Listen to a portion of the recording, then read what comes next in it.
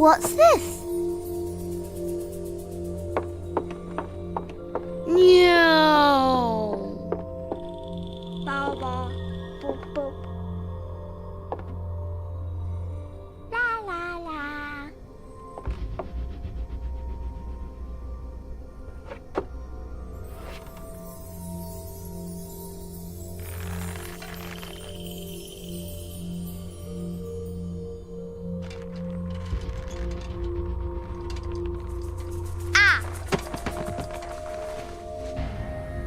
Ooh.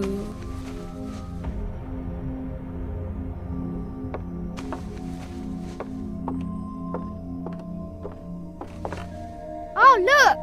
It's a book! Maybe it's a book about pirates with a treasure map. No, I don't think so. I wish that I had seen through all your lies. Oh, start from the beginning, not the middle. And so I decided to pick up my pen to relate the most disturbing episode of my life thus far. It all began early one morning in 1898, when Sherlock Holmes invited me to accompany him on a visit to the Marquis of Conyngham.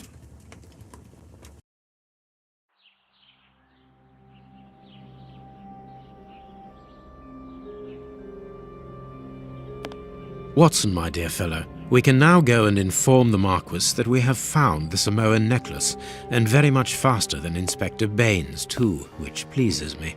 Have you really solved the theft, Holmes? And so quickly? I have indeed, Watson, and believe me, it was completely unnecessary to spread out all over London, as our friend Baines thought was best. He likes to boast that his methods are equal to mine, but once again the outcome has contradicted him. After all these years of accompanying you upon your investigations, I thought that by now I should be reasonably capable of following your train of thought. But in this particular case, I must admit that I don't understand anything at all. Ah, you see, but you do not observe, Watson. There lies the difference. It is a matter of course. A matter of course? In the middle of the night, when everyone is fast asleep, the service bell within that room rings out and alerts the servants. They dress quickly and come running, but the door is locked and there is a strong smell of burning from within. A few seconds later, the master of the house himself, the robbed Marchioness's husband, the Marquis of Conyngham, arrives and unlocks the door using the sole key. A fire has started inside the room, but they have managed to arrive in time to put it out. It is at that moment that the Marquis realizes that the famous Samoan necklace, which had been safe within its glass cabinet only a few hours earlier, has now disappeared. In order to explain, let us confirm my theory before the arrival of Inspector Baines.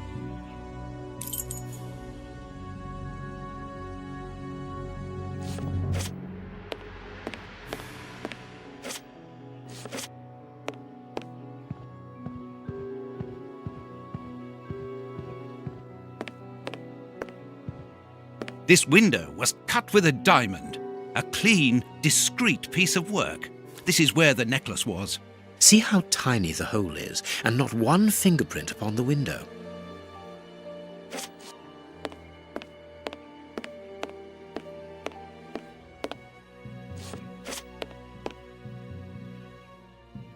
A mark undoubtedly made by a diamond. Someone tried to cut the glass, but he was interrupted. Therefore, the thief tried to escape through the window, but he was interrupted. All the windows are locked. They've not been forced.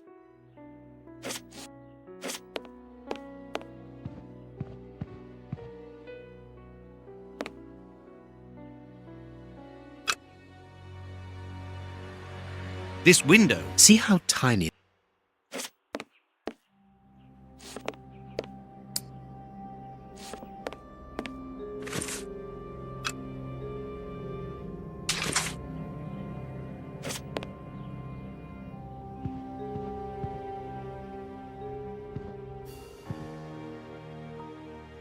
Let us examine the...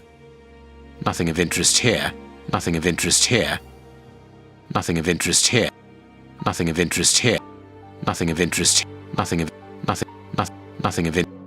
the. I don't understand why these music scores are covered with soot.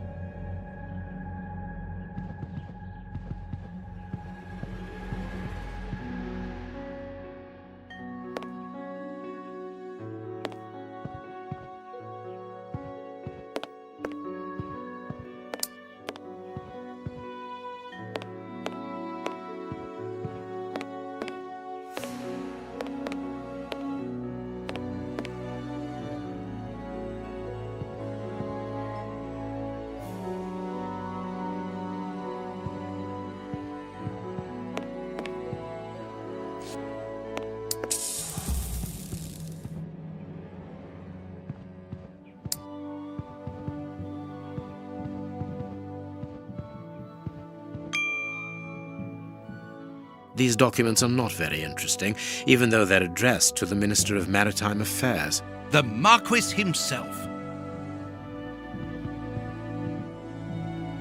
Heading towards his chosen escape route, probably the window, the thief knocked over the stool, which then caught fire. But why didn't he try to put the fire out at once? Strange. There are some objects here that have been knocked over. The fire started here, just beneath the bell pull. Whoever pulled the... Footprints. You are not going to get on your knees to examine them. There is no need. It is soot. The servants must have trodden in it while they were putting out the fire.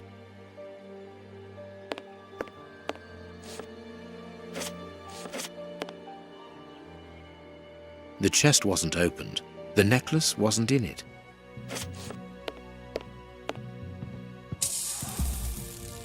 A candle. It must have fallen from the chandelier. Not very well kept, this aquarium. I can see a dead...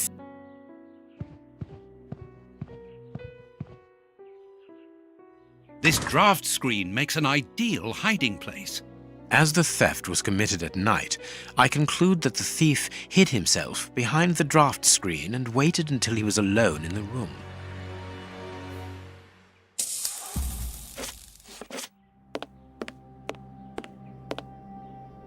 When the servants arrived at the door, having been alerted by the bell, they saw evidence of the theft and the fire, but they didn't see the thief.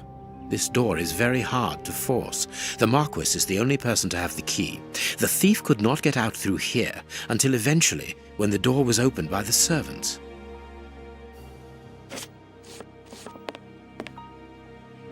What do you think, Holmes? Let us search the room before the police get here. We might throw some light onto all this.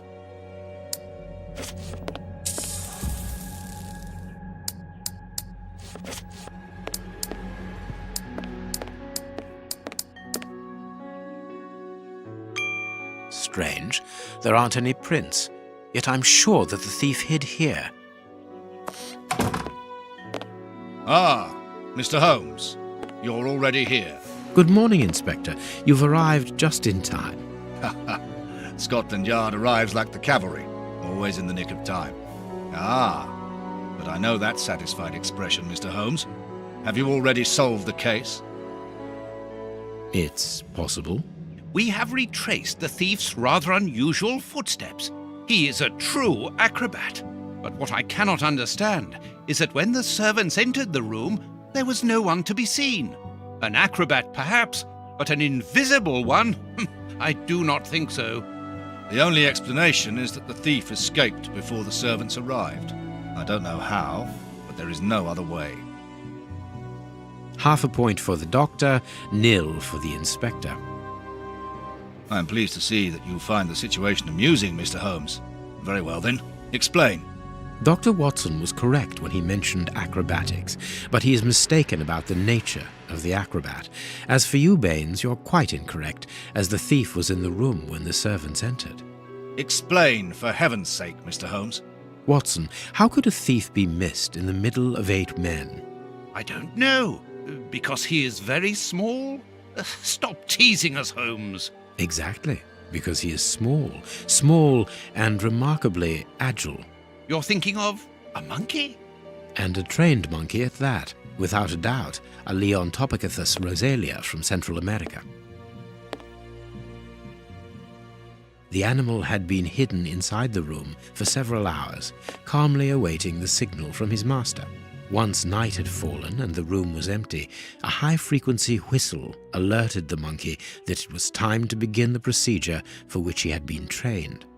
The monkey emerged from his hiding place and used the point of a diamond to open the glass cabinet and steal the necklace. He headed across to the window by the chimney, but knocked over the stool, which in turn knocked aside the fire guard and started the fire. The frightened monkey jumped from the chimney by swinging from the bell pull, thus alerting the house servants. He then went to the window and began to use his diamond to cut a hole, but was interrupted by the staff trying to gain entry via the door, and he panicked again. He ran across the piano, scattering the music scores onto the floor, before hiding inside the chandelier, knocking over a candle. Finally, the servants and the Marquis entered the room, leaving the door open while they put out the fire. It was during the confusion that our agile little thief made his escape through the doorway. As simple as that. A brilliant explanation! Bravo, Holmes! And the necklace? I can see it from here, my friends. It's right in front of us. We have searched the room from top to bottom, Holmes. How were we unable to find it? Because we paid insufficient attention to the only victim of this affair. What victim? No one is dead? Yes, Watson, a poor goldfish whose destiny was to die, crushed by one of the most precious necklaces in England. The aquarium is just beneath the chandelier. I understand. The little monkey had likely hung the necklace around its neck and lost it when he leapt from the chandelier. The jewels fell into the aquarium, where they remain now.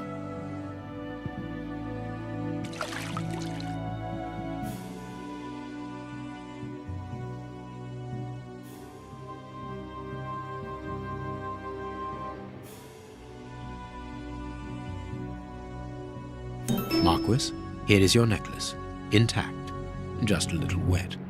Mr. Holmes, this brilliant demonstration does credit to your reputation. Thank you so much, Marquis. Do you wish to verify the authenticity of your jewel? No, I recognize it. I have spent many hours admiring it, you know. Good. I will return it to its box and... Inspector, a bank has just been held up. You must follow me at once. Orders of Scotland Yard. What times? Sirs, duty calls. My regards, Marquis. And well done again, Mr. Holmes. There, the necklace is in its box. We've lost enough time here. Let's go home, Watson. Ah, very well, as you wish. A good day to you, Marquis. With pleasure, gentlemen. And once again, thank you.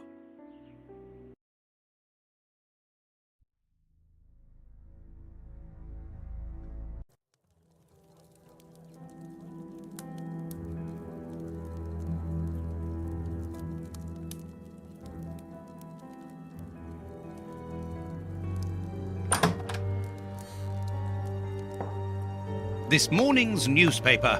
Holmes, have you read this article about you? No, Watson, not yet, and I won't have time to. Read it before you leave. It's outrageous. If you insist. Read the paper.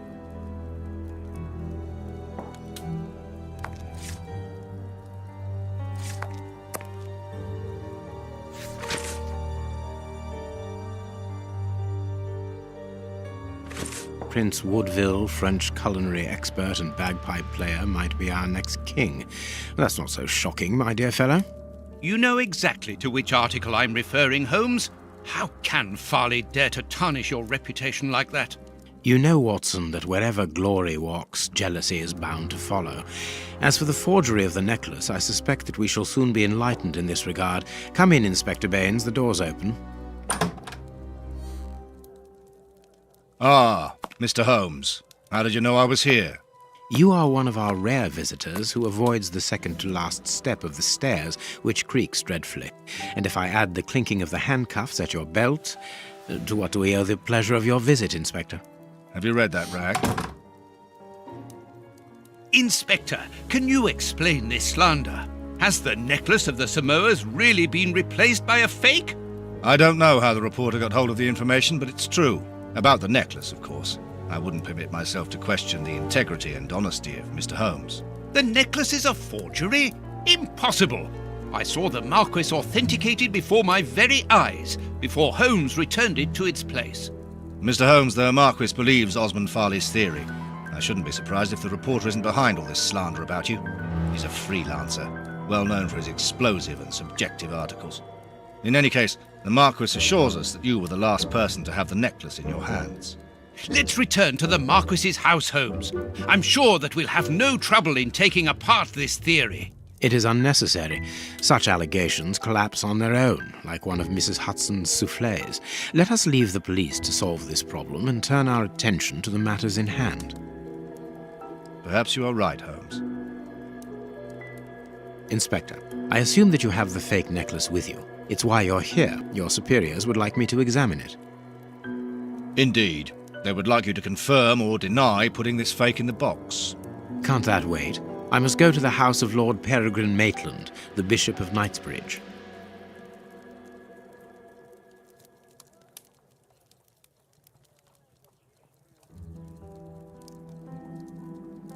And the Marchioness? She is beside herself. Without the necklace, her marriage is compromised. It is the principal item of the young woman's dowry. What a lovely marriage.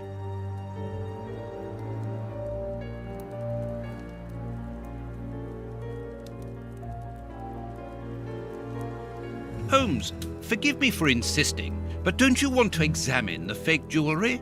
Watson, I have an appointment, and it's out of the question that I arrive late. It will only take you a couple of minutes. You really must quell the suspicions put forward in this appalling article. If you will allow me, Inspector? Be my guest. Very well.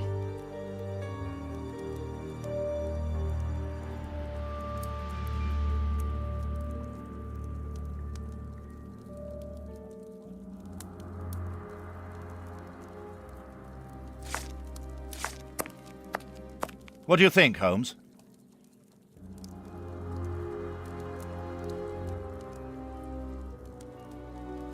What do you think, Holmes?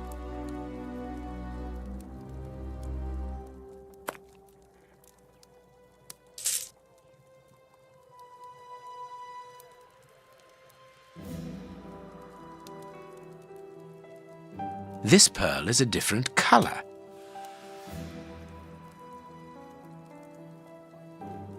This pearl is too small. It is not in its place here.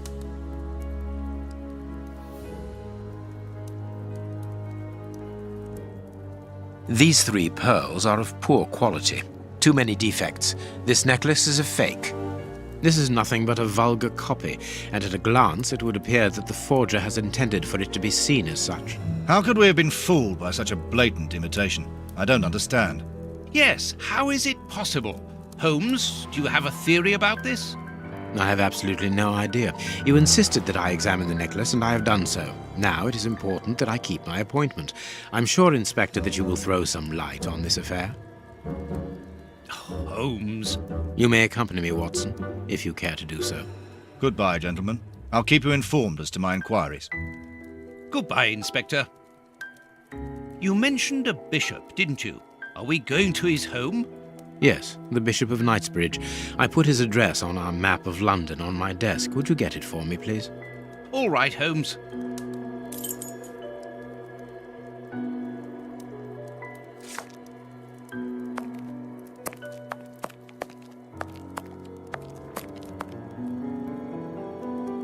I have found your map.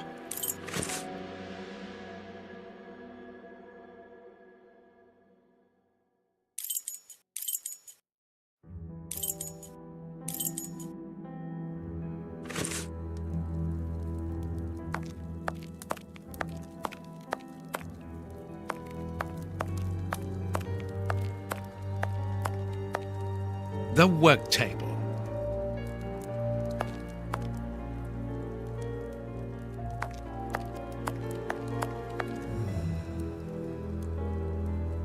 The harpoon that was used to kill Black Peter.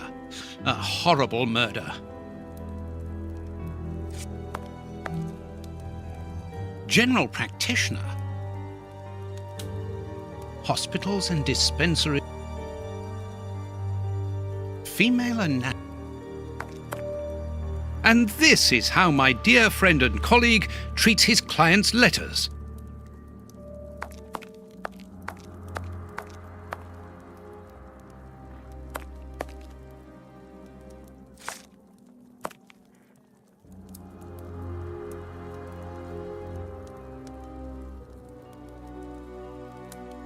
Find the address of the Bishop of Knightsbridge on the map, and let's go.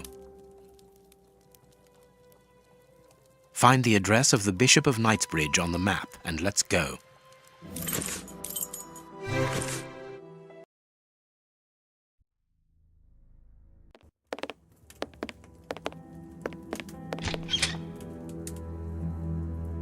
The police? Already? How did you know? May we see the Bishop of Knightsbridge? Yes. Yes, of course. But come in.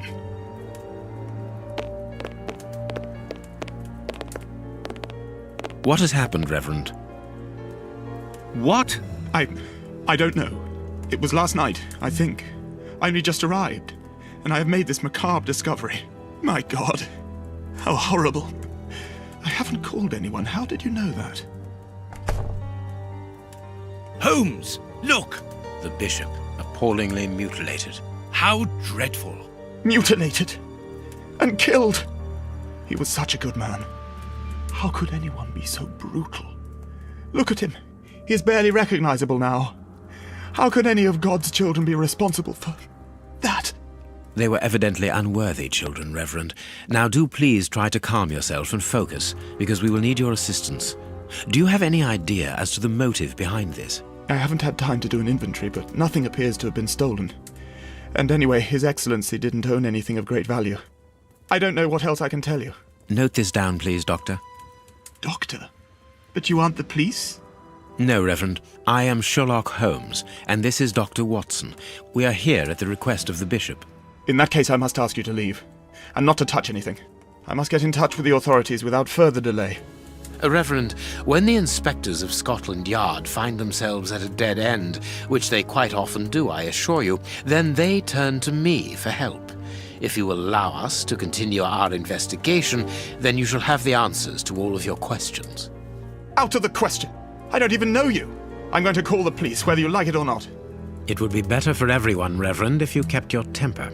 Watson, are you taking notes? This affair promises to be a complex one. Therefore, we must not overlook the slightest detail. Yes, Holmes. I am keeping a meticulous set of notes. I have created a very clever deduction board. One thing we can be sure of at the moment is that this crime was not for gain. The Reverend has informed us that nothing valuable was stolen, and indeed, it would seem that the Bishop had nothing of any worth to take. Very good, Watson. Do continue.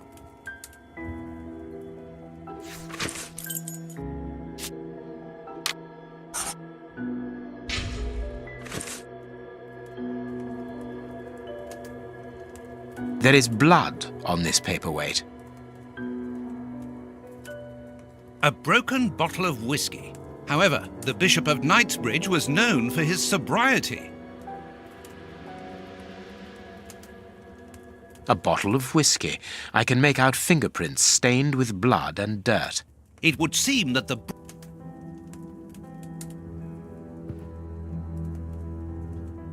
A broken phial and blood near the neck. What a strange smell. Phew.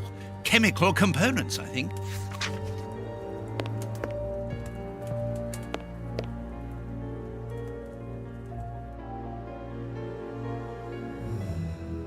Reverend, I'm missing something, an implement with which to open this chest. Could you tell me where to find it? No! Go to the devil! What are you afraid of, Reverend? What is inside the chest? I'm not afraid of anything. In fact, I do have the necessary implements, but if I have to give them to anyone, it will be to a representative of the law and no one else.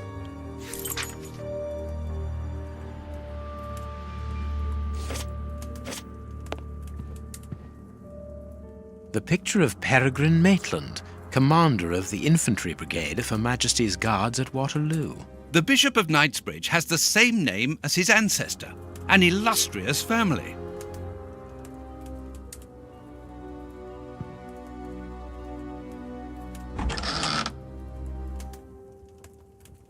It's a cilice designed to bruise the person wearing it.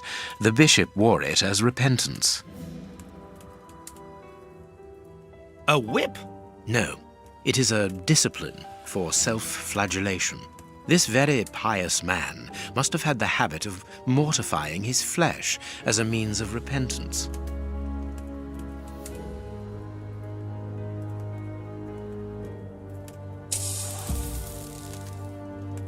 This metal rod is for fastening the chilice. A whip? No.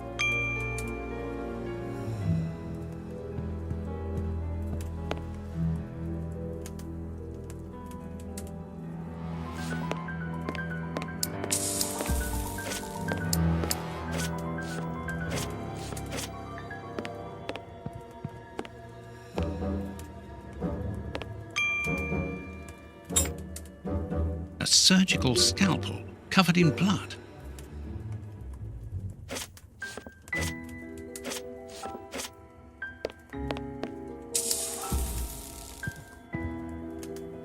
This stove is filled to overflowing.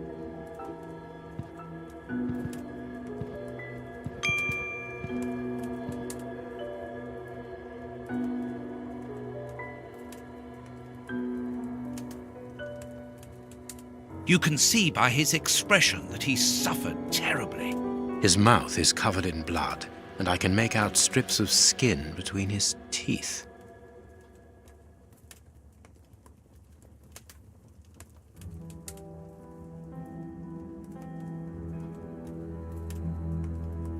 His chest has been lacerated, I would say, with a very sharp and fine blade.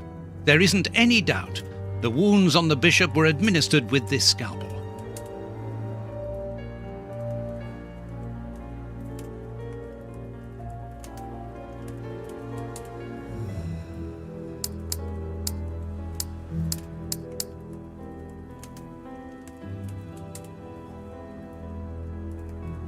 The fingers have been crushed and violently struck.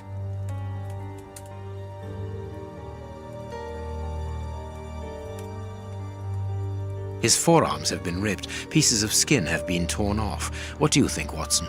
I'd say that he was eaten alive. Yet I've noticed a curious degeneration of the skin tissue around the wounds. My dear friend, everything points to this man having gnawed at his own forearms. That's unbelievable, Holmes. His stomach is covered in scratches. Quite evidently, they weren't made recently. So, these wounds were not made by his murderers.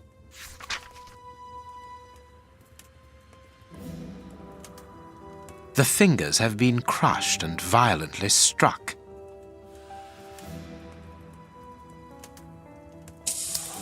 A piece of rope that was used to tie.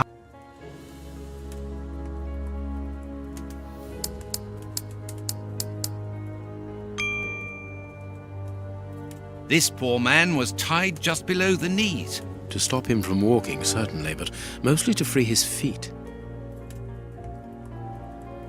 His feet have been burned. My first impression is that he wears a size 9 shoe. You? But what does it matter, Holmes?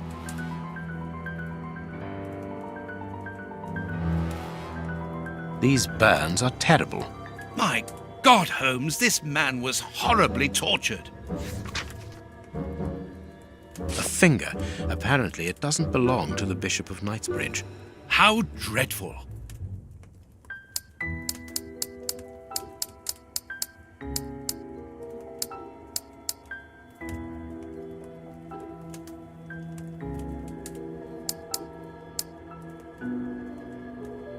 Something is missing here. Oh, yes? And what might that be? His shoes. Watson, his shoes are missing.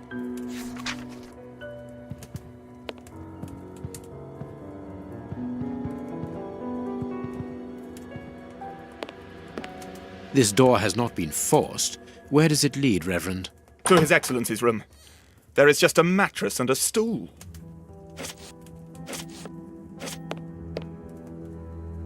The bishop's bedroom. It is very austere. Nothing in particular here.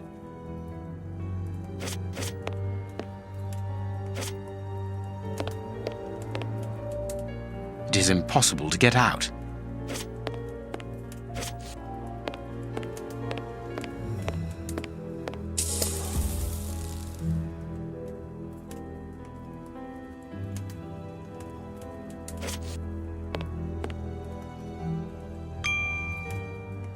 You have no right to search here. What should we do now? Watch where you're putting your feet, Watson. Have you noticed these prints upon the ground? Well, yes, those muddy marks. See here, Watson, footprints can often provide more vital information than the very best of informants. Yes, if you know how to make them talk, that is. It's child's play, Watson. We will begin by excluding the contaminating prints, which are yours and mine from where we came in, and those of our dear Reverend who was so impatient to call the police. I need something. Hobnail boots like those worn by labourers. Hobnail boots like those worn by labourers. A fragment of stone. Peculiar. Well-worn shoes with an odd pattern on the sole. Hobnail boots like those worn by labourers. Hobnail boot. Hobnail boot. Well-worn shoes with an odd pattern on the soles. Hobnail boots like those worn by labourers. This print came from an expensive pair of shoes, and it seems recent. It is well-worn shoes with an odd pattern on the soles.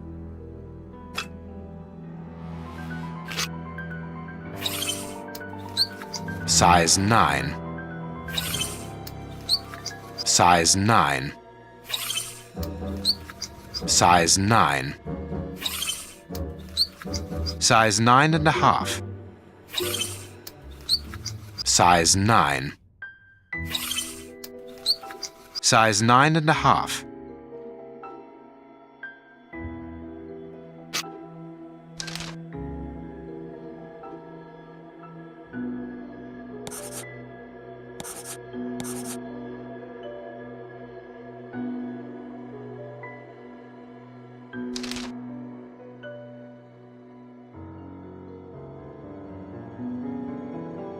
Strange but true.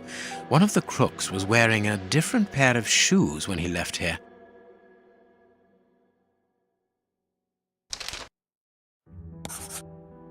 That's not right. Start again.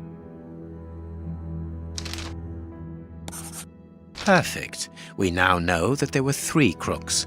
Therefore, we have 3 men who came in and left again, but one of them was wearing a different pair of shoes from the ones which he came in with.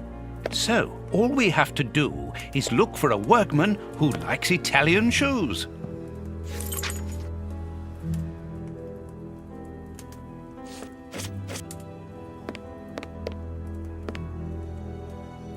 Closed. The veranda door hasn't been forced. Strange. Reverend, might I have the key? No! You have no authority here. Let me call the police. Perhaps we should listen to him, Holmes. Perhaps you should let me get on with this, Watson.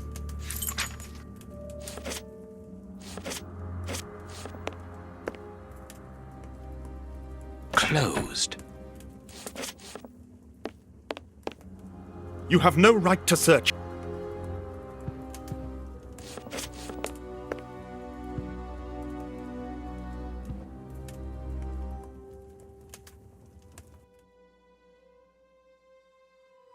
Impossible to open it.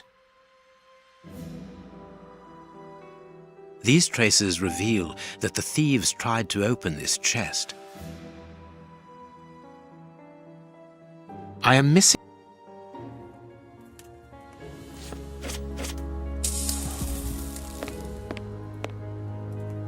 You have no right to search. I cannot leave now.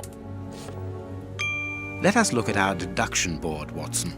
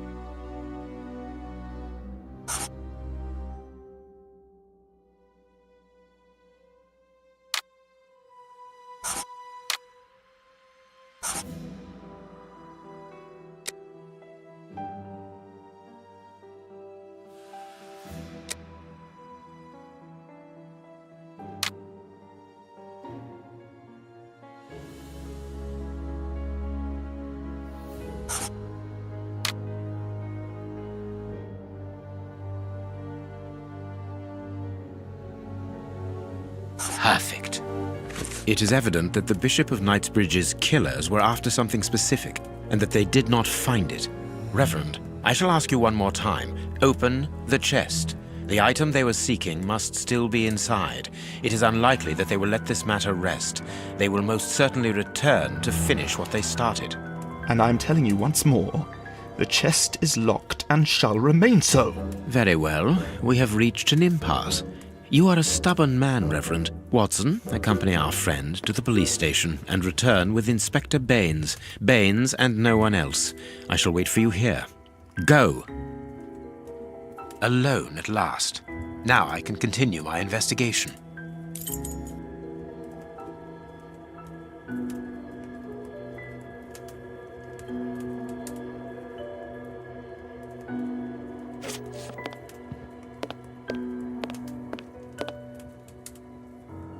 This lock should be easy to pick. Let's see.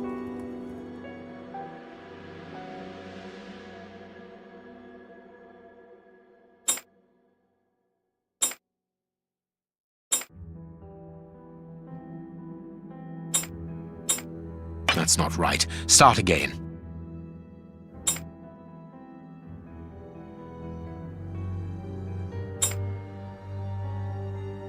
That's not right.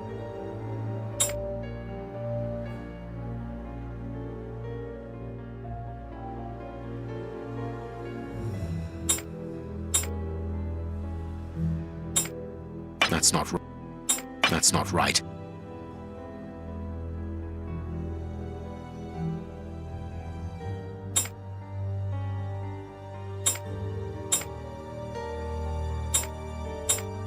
That's not.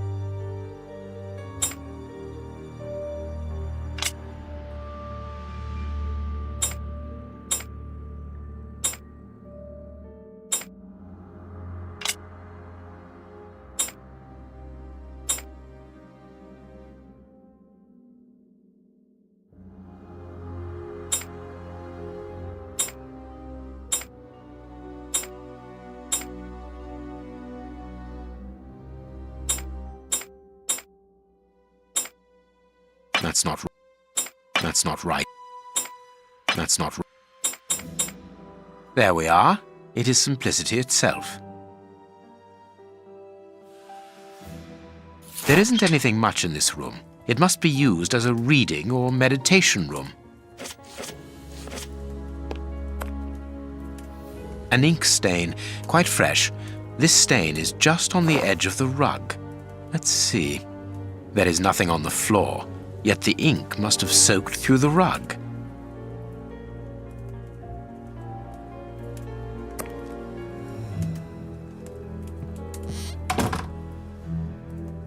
An ink stain. This inkwell was tipped over recently. The ink stain on the floor comes from the ink on the rug, but they are not in the same place. Someone has moved the rug recently.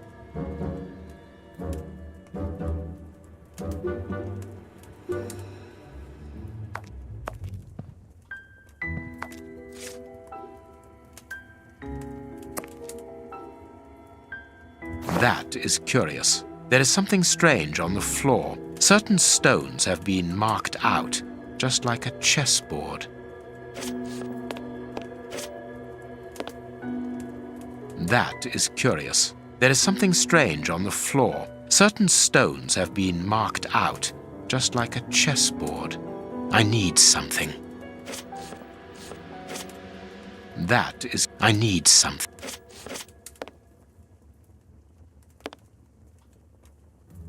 Apparently, someone wanted to hide this statue.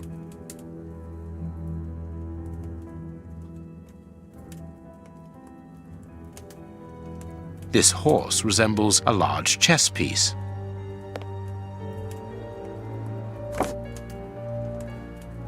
There is a message underneath this statue. Let's see.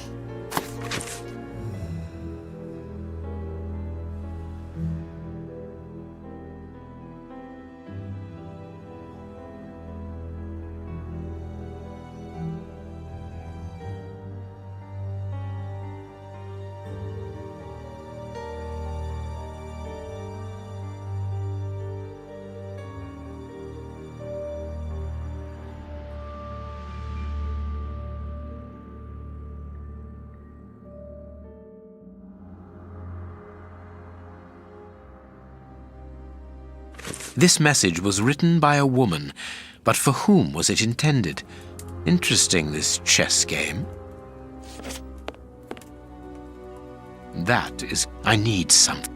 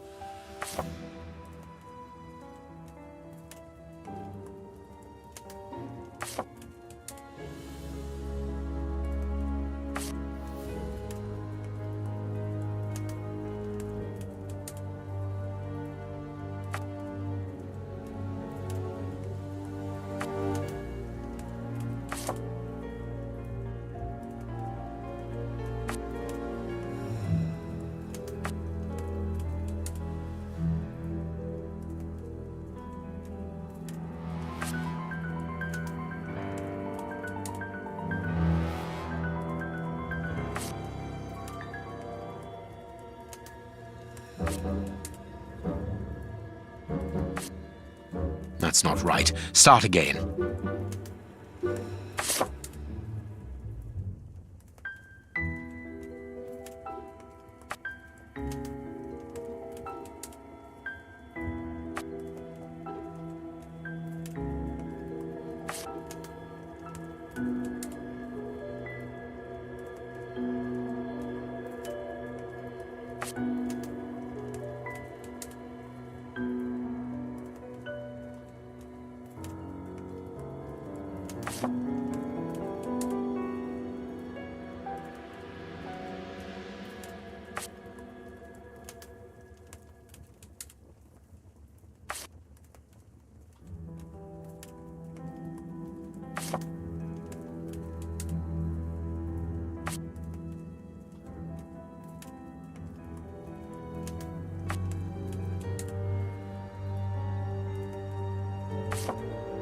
That's not right. Start again.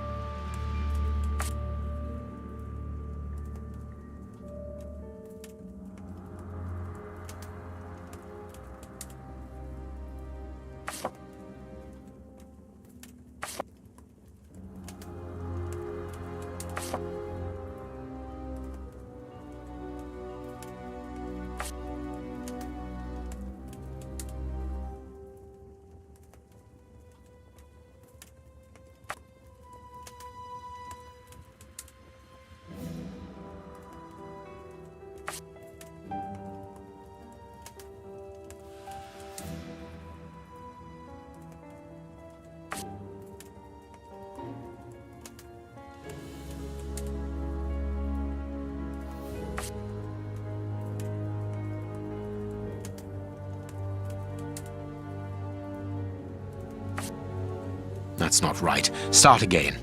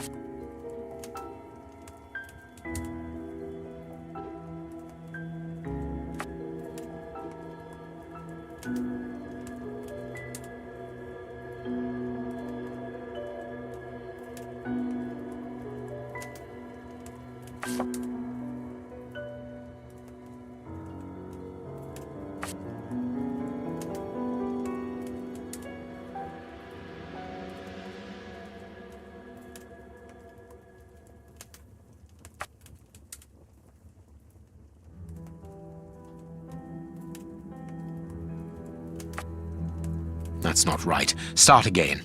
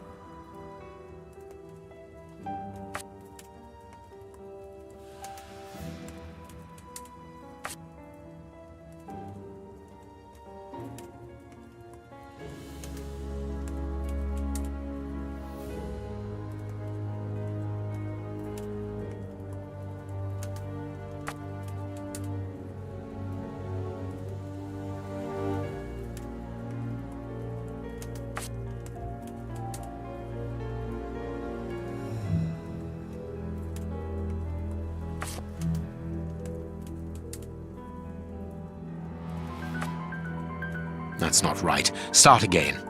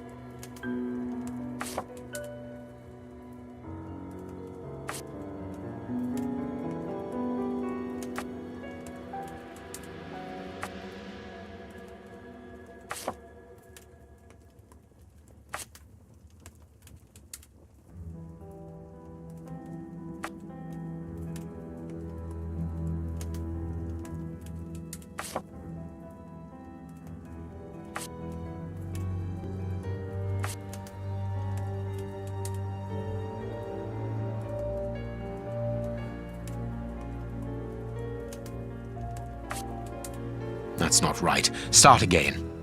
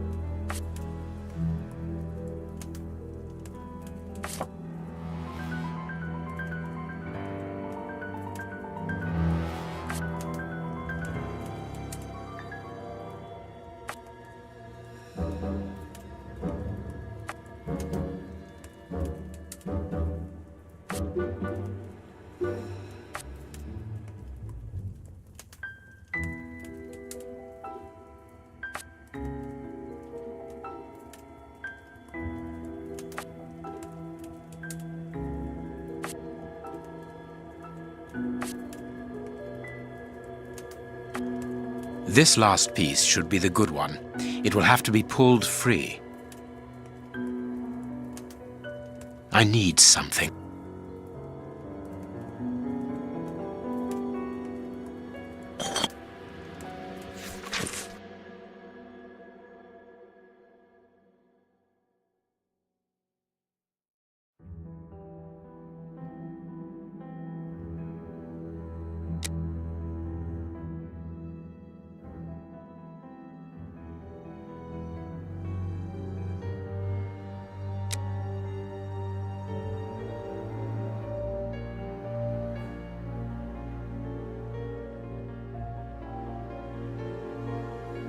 A packet of letters addressed to the Reverend.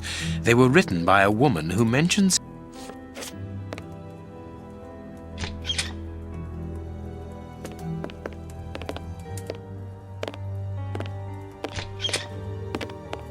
Ah, Watson, you were gone a terribly long time, and Inspector Baines isn't with you. I'm afraid not, Holmes. We were unable to find him. Dr. Watson would not allow me to contact any inspector other than this Baines. What manners! I am a man of the church. My dear Reverend, I notice that you are a chess lover. I trust you will excuse me, but I am never able to resist the appeal of a half-finished game. You are an expert at chess. Very well, then. What do you want now? As you might have guessed, resolving your small chess problem has allowed me to discover some very interesting letters. Letters? What do they say? Reverend, why hide these letters here and run the risk of the bishop finding them? Holmes, what's in the letters? Not now, Watson. Where else could I have hidden them? My own chambers are too austere. They could offer no cover. I knew, however, that His Excellency, may he rest in peace, would not notice my game. The contents of the Bishop of Knightsbridge's chest interest me greatly. Give me the elements you hold, Reverend. Out of the question. With the bishop no more, you are therefore the apostolic director of the diocese, are you not? Well, yes, but only until someone else is appointed. I am certain that the Honourable Bishop of York, whom I have the privilege of knowing well enough for him to listen to what I have to say, would recognise your qualities for the post. If I receive new responsibilities, it will be through my faith and devotion, nothing else. I am a gentleman, and it would distress me to be obliged to pass this correspondence across to your superiors. Holmes, I know that the end justifies the means, but allow me to express some reservations about how you are You say you're a gentleman, but I hear nothing but the words of a blackmailer. The stems that you are looking for are scattered about this room.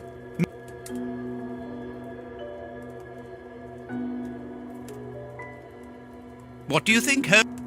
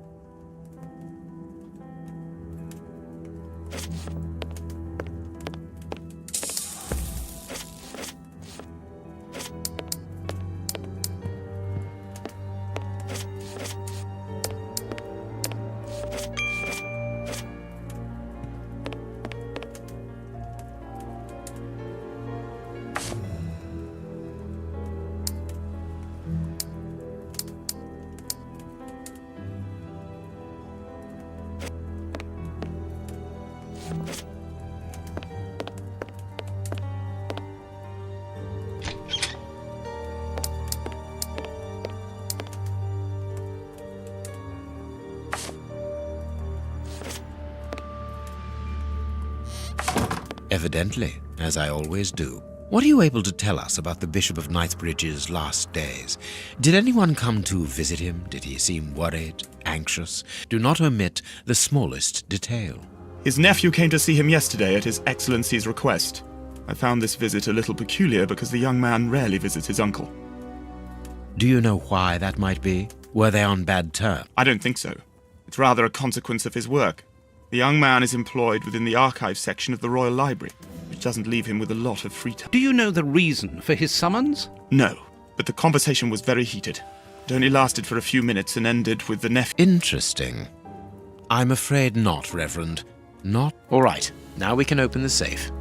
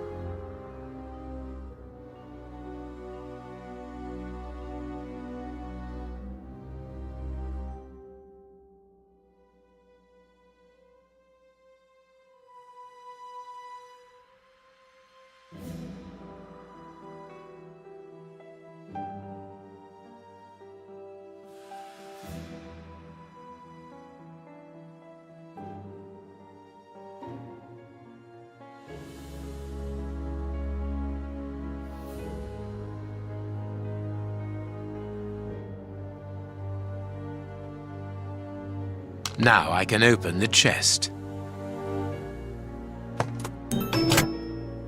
Here we are. I am eager to discover what remarkable treasure could justify such an act of barbarity. Extraordinary.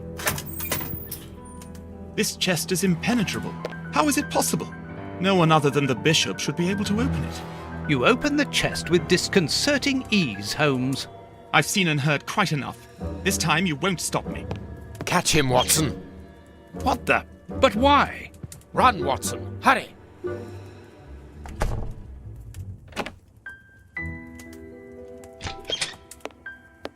He's escaped. I hope that your motivations are founded, Holmes. I don't much like skirting around the edges of the law like this. It is annoying. Let's leave without delay. What have you found in the chest, Holmes? What in there is so precious for these men to commit such terrible acts? The Reverend was telling the truth. Nothing important was locked inside the chest, apart from a few religious items which are hardly worth stealing. So, we haven't made any headway. Perhaps the police will. By the time the police arrive, we shall be a long way from here, Watson. We are leaving. What should we do next, Holmes? Let us return to Baker Street as quickly as possible.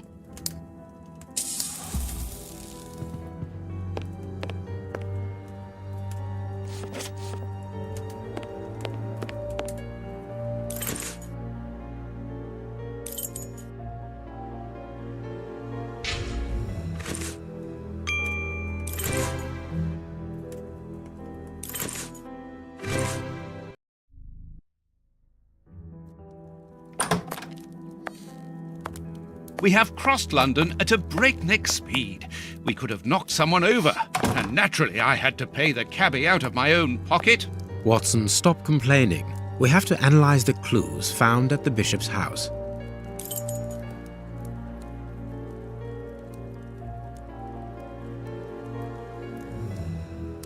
No, it is unnecessary.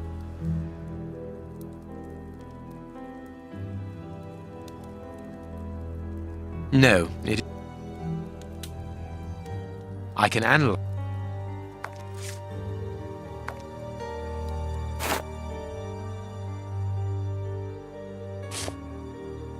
Tooth marks, rather deep ones. I'd say of incisors and a canine. Tooth marks. Fragments of skin, a phalanx. This finger wasn't cut off, it was ripped off. I can see something. I can see something. I haven't finished my analysis. Black and damp earth under the nail. Interesting. Fragment. Tooth.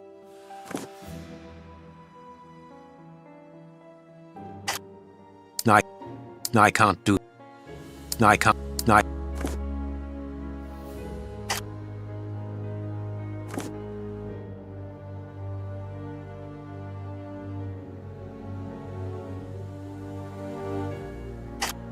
I can't do that. I haven't finished my analysis. I can't.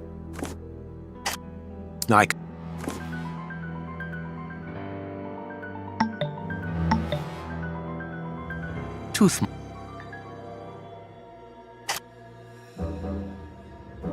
Fragments of skin, a phalanx. This finger.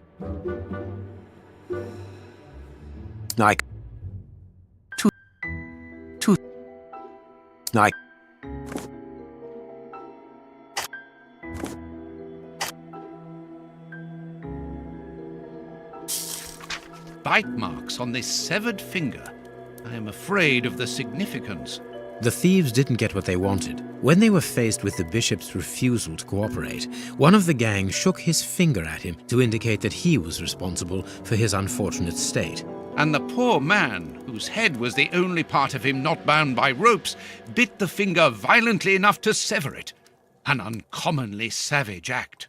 Watson, I am certain that when we have explained the reasons behind this sudden bestiality, we will have revealed a larger part of the mystery.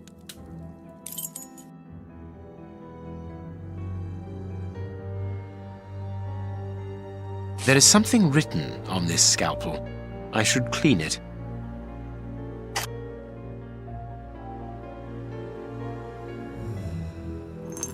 I can't do that. I can't do that.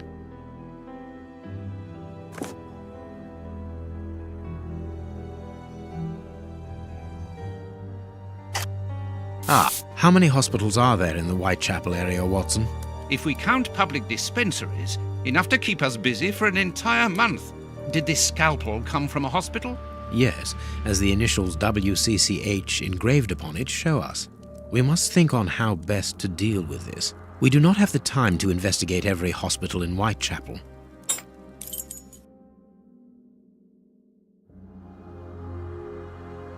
I have cut a small piece off the rope. That should be enough.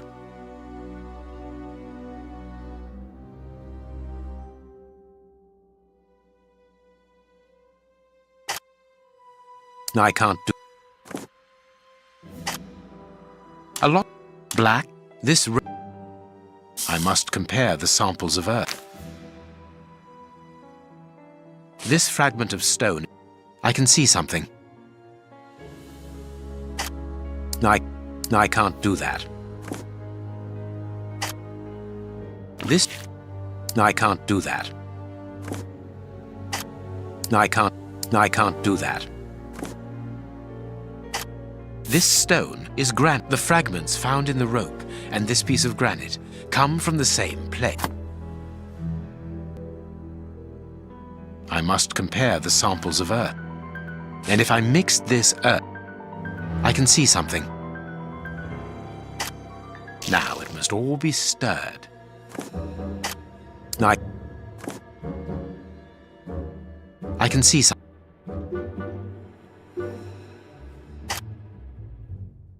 The samples of earth taken from beneath the fingernail and from the ropes originate from the same place. How do you know? It took just a little water to analyze the consistency. The soil has retained its moisture, even though there hasn't been rain in London for over a week. This soil could come from the bank of a river, or somewhere where the evaporation is slower. A mine, perhaps, or a trench. The banks of the Thames are clay soil, unlike our samples, so we can rule that out. The nearest mines are 12 miles away, so I would rule that out also. I would therefore conclude your last theory to be nearer the mark. A trench? A pit. Watson, bring me your register of the London hospitals. Studying the scalpel has given you an idea, then? Indeed. I'll get it.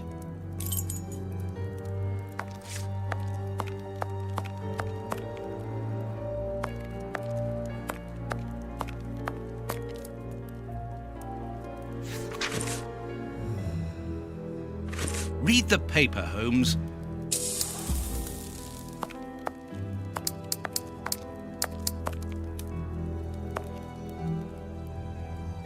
Hospitals and dispensaries in London. I have found my book, Holmes. Good. Put it on the work table, will you?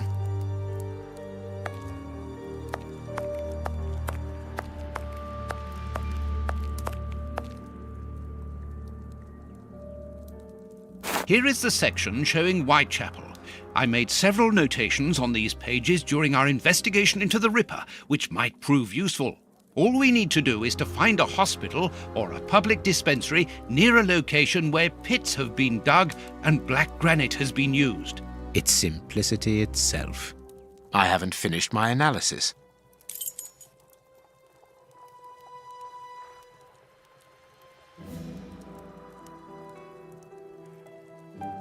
I haven't finished my analysis.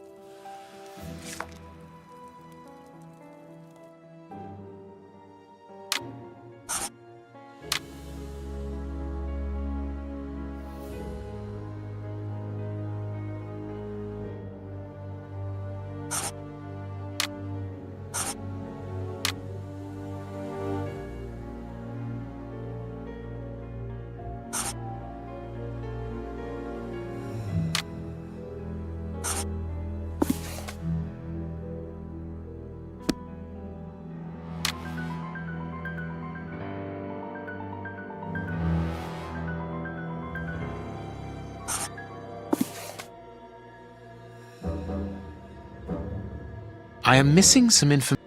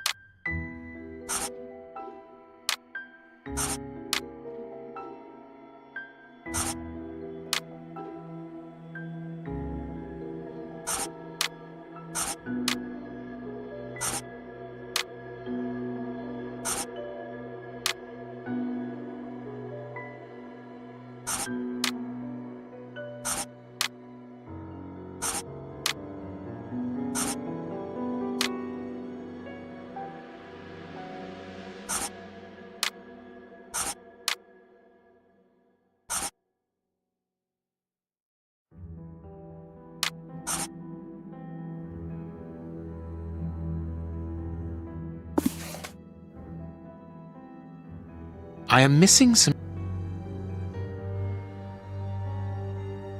I am missing.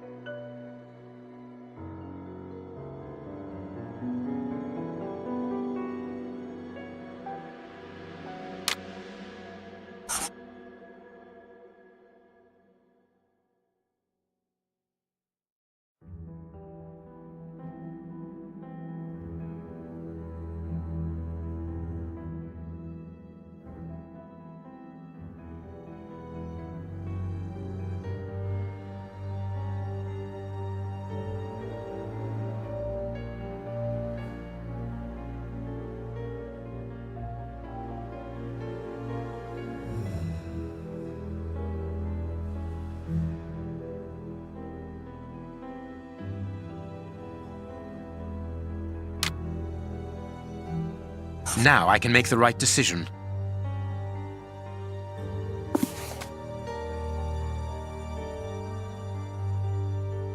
The public dispensary number 4661. It's just opposite the Whitechapel Street Cemetery. Yes, Watson. The murderer with the missing finger must work in the cemetery, or at least visit it. He could have taken a rope, one of the type they use to lower the coffins into the graves. The granite is minute particles of tombstone. And he only had to cross the road to steal a scalpel from the dispensary opposite.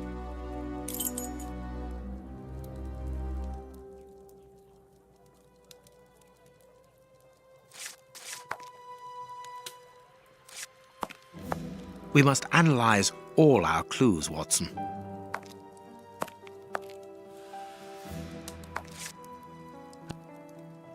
I need something.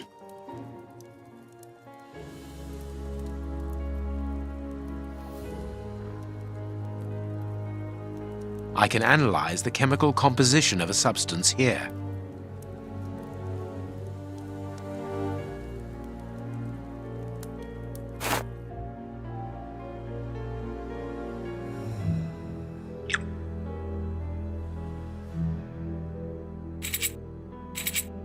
I must analyze the clues.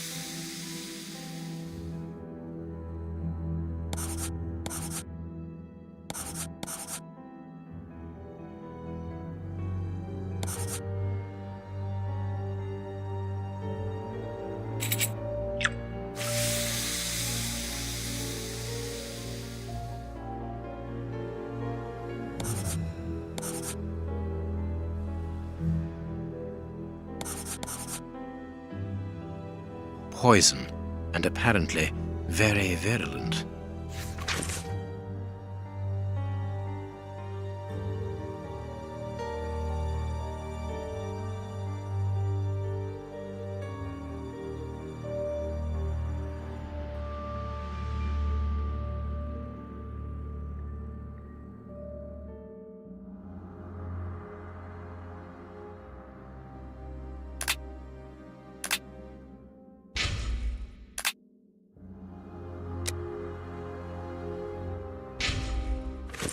Poison.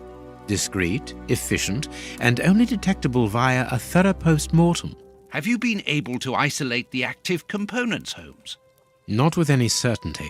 This toxic substance surpasses my own knowledge in the field. It is without doubt the work of an expert chemist. A chemist and a criminal. As you say, please find my monograph on poisoners of the last 30 years.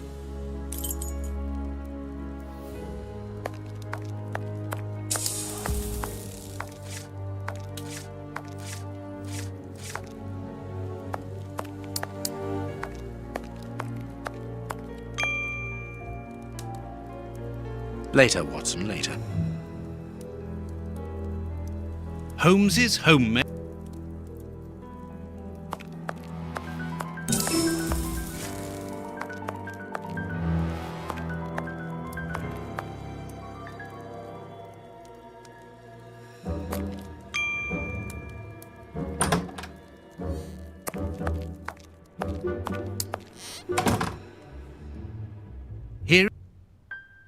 Here is where I write my stories about.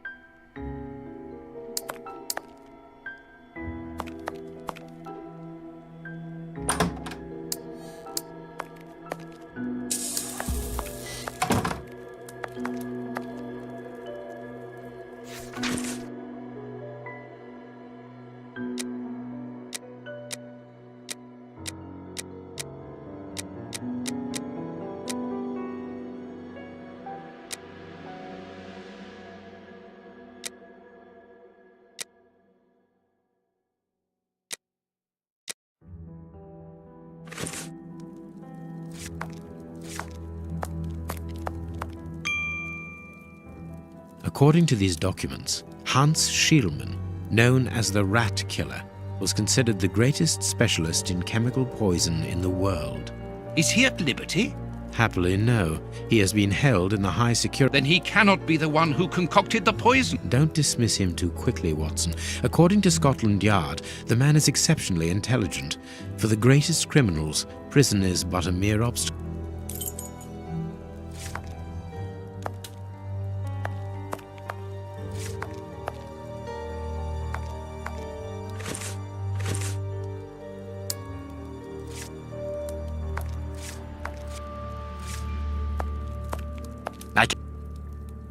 I cannot leave now.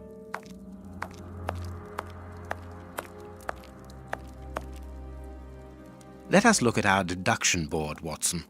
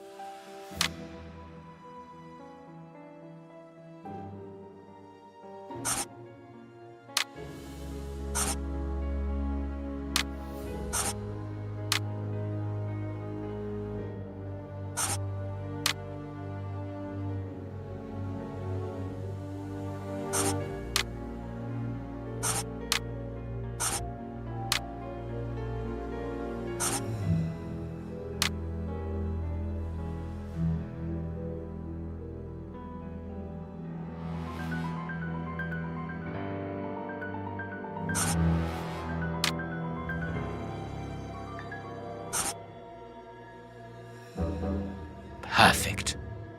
Well done, Watson. Our board is finished. It confirms that the bishop's murderers work for one person, who, amongst other things, possesses a very sophisticated poison. They therefore act for someone more educated than themselves. You remember Wiggins and his gang, the Baker Street irregulars? Yes, the street urchins, whom you employ upon a... Yes. Well, I have hired their services again. I have instructed... I think he's here.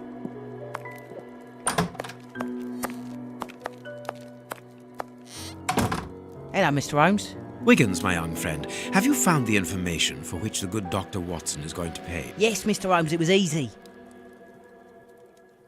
Very well, I understand. Here... Thanks, Dr. Watson. The man you're looking for lives near Kensington. Does he live alone? Yes, but he rents a room for... Did she see you? No, Mr. Holmes. No one saw me. Perfect. Watson, give our young friend another shilling as a reward for his discretion. Here we go again. But of course... I'm falling asleep, Holmes. Aren't you tired? No, I have an exceptional constitution. I can't remember ever having been fatigued by work. Idleness. Wow, this is a real adventure. It's exciting. I like it better than made-up stories. I want to know what happens next. Keep reading. I'm going to. Ah, I want to listen to. My readers must excuse me if I do not describe in full detail here the terrible images which haunted me that night. I had a sense that something extraordinary would take place, but I was scarcely prepared for the reality of it. Good morning, Holmes. Did you get any rest? I did not attempt to sleep. Have you managed to come to any conclusions? I think that we might follow 3 trails. We can visit Whitechapel to try to discover the identity of the murder. The poison trail seems more important to me. We should perhaps go to Westgate Prison first to see Hans Schielmann. Yes, and let us not forget the bishop's irascible nephew, whose address we now have, thanks to my Baker Street irregulars. I have located each place on our map of London. Holmes, let me remind you that we still have not been officially instructed. Ah, well, we will just have to hide that small...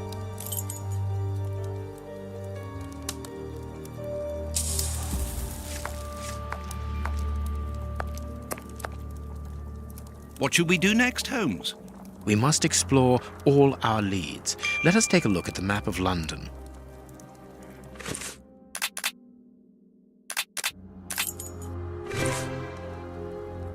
What should we do next, Holmes?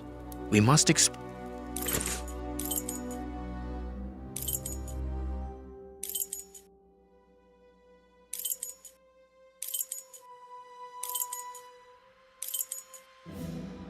Westgate Prison.